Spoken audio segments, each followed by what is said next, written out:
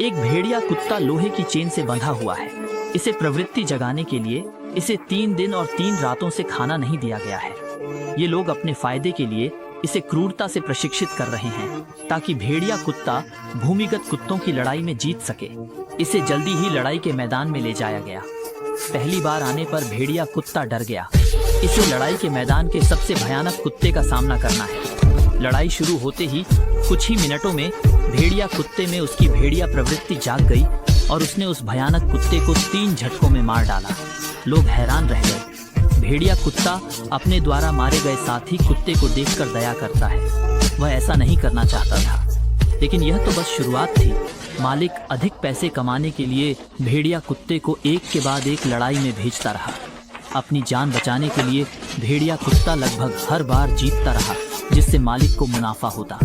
लेकिन सबसे मजबूत कुत्ते बाहर होंगे। फिर एक दिन लड़ाई के मैदान में एक दुबला पतला पिटबुल आया। लड़ाई शुरू हुई। दोनों कुत्ते लड़ने लगे। भेड़िया कुत्ता थक चुका था। जल्द ही पिटबुल ने उसकी गर्दन पकड़ ली। सबको पता है कि अगर पिटबुल ने गर्दन पकड़ ली तो वह तब तक नहीं छोड़ेगा जब तक कि कुत्ता मर न जाए।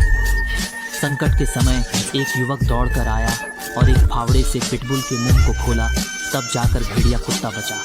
युवक ने उसे अपने छोटे से घर में ले जाया। इस दुनिया ने भेड़िया कुत्ते को माँ की याद दिलाई। जब वह छोटा था, उसकी माँ ने शिकारियों की गोली से अपनी आखिरी सांस लेते हुए गुफा के दरवाजे पर पहुंच गई। छोटा भेड़िया गुफा से बाहर दौड़ा। भेड़िया माँ ने अपने बच्चे को देखकर अपनी आंखें बंद कर लीं। छोटे भेड़िया को लगा माँ सो गई, इसलिए वह माँ के ऊपर लेटकर उसके साथ रहा। तब छोटे भेड़िया को एहसास हुआ माँ चली गई। वह बेबसी से भागा। जीवन आगे बढ़ाना था। छोटे भेड़िया को अकेले ही खाना खोजने के लिए बाहर जाना पड़ा। उसने खरगोश देखा। वह खरगोश पकड़ने दौड़ा और जाल सक्रिय कर दिया। आवाज सुन शिकारी आया और भेड़िया कुत्ते का मिश्रण देखा। उसे आदमी ने कबीले में लिया। कुछ महीनों बाद वह बड़ा हुआ और नाम रखा बाइया। वह हर दिन अपने मालिक की मदद करता रहा। भारतीयों की नज़र में कुत्ते दास हैं जो जिंदगी सेवा करते हैं। एक दिन एक सोने की खोज में निकला युवक यहाँ से गुजरा।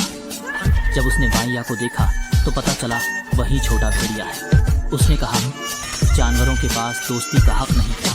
अगर आप अच्छे होंगे तो वे आभार व्यक्त करेंगे। बाइया बड़ा हो गया है, लेकिन हर रात वह अकेला रहता है। वह जंगल देखता है, जिससे पता चलता है बाइया प्राकृतिक जीवन लौटना चाहता है। अगले दिन युवक बाइया को खोजने गया, लेकिन भूरे भालू ने घेर लिया। तभी बाइया आया और दांत दिखाकर भालू का सामना किया।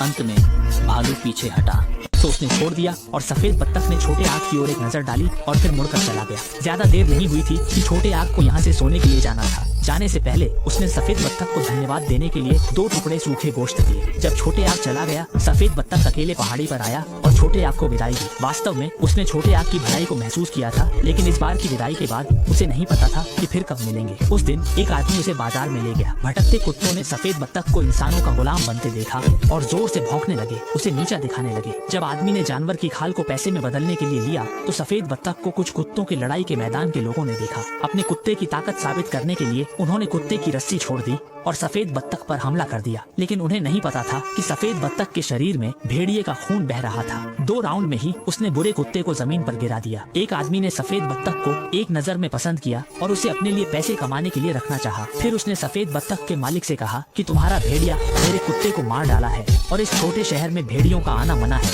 इसलिए इस बहाने से उसने धमकी दी कि अगर तुम भेड़िए को मुझे नहीं देते तो मैं तुम्हें जेल में जीवन भर रख सकता हूँ। अनावश्यक परेशानी से बचने के लिए आदमी ने अंततः सफेद बत्तख को उन्हें सौंप दिया। लेकिन यह सफेद बत्तख के लिए बुरे सपने की शुरुआत थी। ज्यादा देर नहीं लगी कि उन्होंने सफेद बत्तख को घायल करना शुरू कर दिया। जानबूझकर उसकी पशु प्रवृत्ति को भड़काने लगे ताकि वह लड़ाई के मैदान में जीत सके। यह सब शुरुआत थी। सफेद बत्तख लंबे समय तक लड़ाई करता रहा। घायल सफेद बत्तख को देखकर एक युवक ने दुखी होकर कहा। अगले दिन जब युवक ने दरवाजा खोला तो उसने देखा कि सफेद बत्तख सच में जीवित है।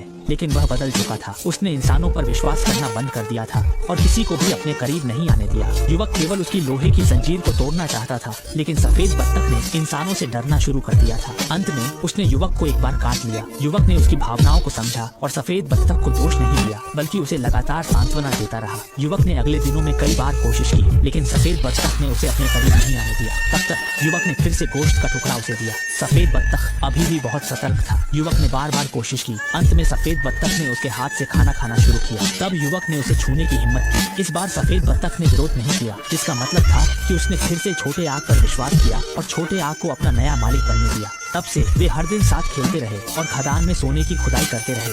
छोटे आग का अच्छा सहायक बन गए। एक दिन एक दुर्घटना में छोटे आग एक गुफा में दब गया। सफेद बत्तख ने चिंतित होकर अपने पंजों से लगातार दौड़ना शुरू किया और अंत में छोटे आग को बचाने में सफल रहा। इसी दुर्घटना में उन्होंने देखा कि सफेद बत्तख के पंजों पर सोना था, इसलिए दोनों जल्दी से गुफा में लौटे और देखा कि उनके सामने बहुत सारा सोना था। छोटे आग ने सफेद बत्तख को शहर में सोने की शुद्धता की जांच करने के लिए ले गया, लेकिन वहाँ सफेद बत्तख ने अपने दुश्मन को पहचान लिया, जिसने उसे पहले फंसाया था। आदमी जल्दी से वापस भागा और सफेद बत्तख के बारे में टॉम को बताया। फिर वे दोनों सोने के स्थान पर आए। जब वे ध्यान नहीं दे रहे थे तो उन अपराधियों ने एक छोटी सी झोपड़ी में आग लगा दी। जब एक अपराधी अंदर जाने की कोशिश कर रहा था तो सफेद बत्तख ने एक कूद लगाकर आदमी को गिरा दिया और गलती से उसके साथी के पैर पर चोट लगाई। फिर सफेद बत्तख ने फिर से कूदकर दूसरे अपराधी को गिरा दिया। सफेद बत्तख की मदद से छोटे आग ने उन खतरनाक लोगों को शहर के पुलिस स्टेशन में पहुंचाने में सफल रहा और उनके सोने की शुद्धता का परिणाम भी आया, जो 99.9% था। दोनों खुशी से गले मिले, लेकिन इस कठिनाई से मिली धनराशि का आनंद लेने के लिए उन्हें बड़े शहर में वापस जाना होगा। लेकिन शहर में भेड़ियों को पालने पर प्रतिबंध है, जिसका मतलब है कि छोटे आग को सफेद बत्तख को शहर में छोड़ना होगा।